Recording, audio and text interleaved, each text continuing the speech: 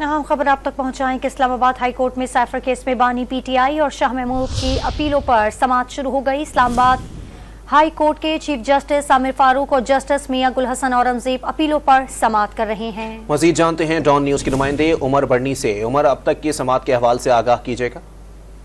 जी बिल्कुल, इस्लामाबाद हाईकोर्ट के chief justice Aamir Farooq और जस्टिस मियां गुल हसन औरंगजेब बानी पीटीआई और शाह महमूद कुरैशी की साइफर केस में सजा के खिलाफ अपीलों पर समाअत कर रहे हैं। दौरान समाअत बानी पीटीआई और शाह महमूद कुरैशी की जानिब से वकील सलमान सफदर, उस्मान रियाज गिल और दीगर अदालत में पेश हुए, जबकि FIA की जानिब से प्रोसिक्यूशन टीम में हामिद अली शाह, जुल्फिकार नकवी और दीगर अदालत में पेश हुए।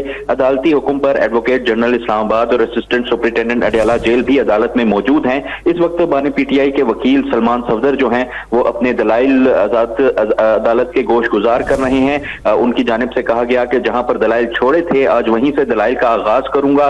चीफ जस्टिस आमिर फारूक ने रिमार्क्स दिए कि दो दफात जिसके तहत सजा हुई, एक नेग्लिजेंस की बात करता है और एक नहीं। सलमान सफदर ने मौकफ अपनाया कि शाह महमूद कुरैशी की हद तक तो जो चार्ज लगाए गए वो इससे मुख्तलिफ हैं। मैं इमरान खान के ऊपर चार्ज के हवाले से बात करूंगा।